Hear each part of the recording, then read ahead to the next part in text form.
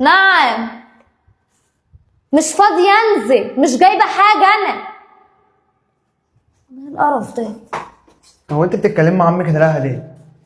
في ايه يا ابراهيم؟ ما تنزلش شوفها عايزه ايه يا هدير، مش بتندهلك؟ عماله تنادي عليا يا ابراهيم، انا ما اعرفش عايزه ايه. طب ما تنزلي لها يا هدير تشوفها عايزه ايه يا هدير. ما انا كنت لسه معديه طالعه من قدام. طب وفيها يعني ما تنزلي تاني يا هدير، هي ايه يعني؟ اصل بصراحه يا ابراهيم كل ماما بتشوفني جايبه حاجه رايحه فين وجايه منين وايه اللي في الكيسه، انا جايبه حاجات من عند امي. هو يعني كل يوم يعني ده تقرير يعني؟ هي دي حاجه تزعلك في ايه يعني؟ ما هي حره يا ست ما تشوف الحاجه اللي معاها. لا ما تفتشش في الكيسه اللي انا طالعه ونازله بيها. ليه مخبيه حاجه مش عايزه حد يشوفها يعني ولا ايه؟ حاجات جايباها من عند امي. طب وايه يعني يا ستي؟ لا مش ايه يعني، ما بحبش كده. مش كفايه اخوك كل ما يجيب حاجه طلبات من تحت الاقيه طالع لي بالحاجه نصها ناقص، يقول لي اصل انا اديت لامي، اصل امي شافتني، اصل امي خدت واحدتين وانا طالع. وانت مالك انت مش امه؟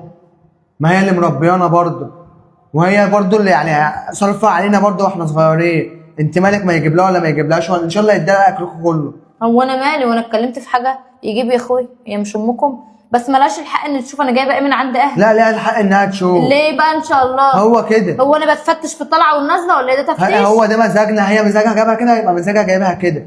ادينا الحاجه تفتشها يعني ما تفتش. ما تتكلمش كتير، وسع الدين. طب انا مش هبصي، انا مش هرد على واحده ست زيك، انا هرد على اخويا عشان ما فيش رجاله عندها بترد على واحده حرم. اطلعي يا ست اطلعي.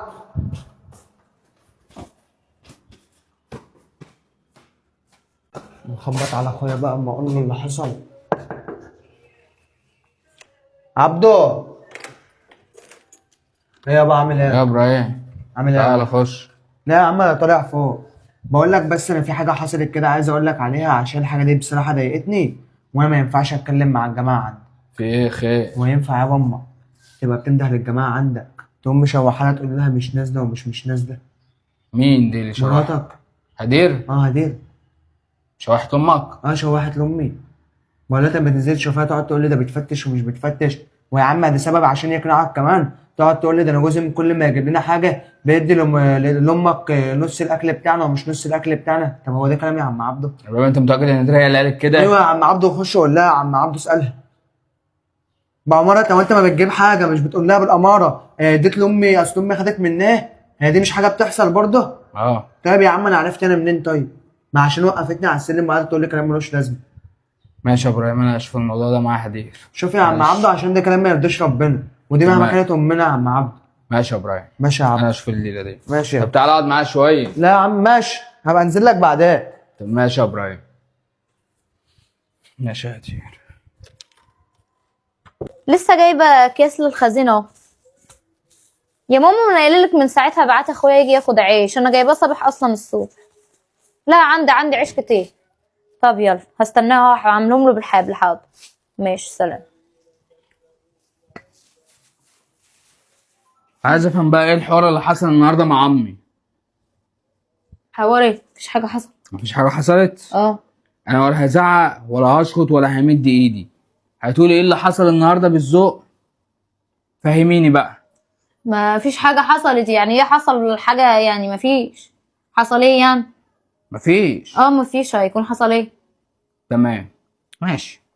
انا هحضر ابوكي يجي يقعد في القعده ونشوف الدنيا فيها ايه. طب انت هتحضر ابويا ليه يعني؟ عشان يجي يشوف بنته. هو انا عملت ايه يعني؟ فهمني. الو يا عم. انا الحمد لله كويس بخير. ابويا هيبهدلني لو عارف. طب بقولك يا عمي، استأذنك عايزك بس تيجي ايه عندي البيت خلال نص ساعة كده.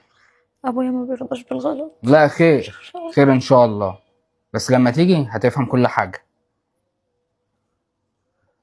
في انتظارك يا عم. ماشي مع السلامة.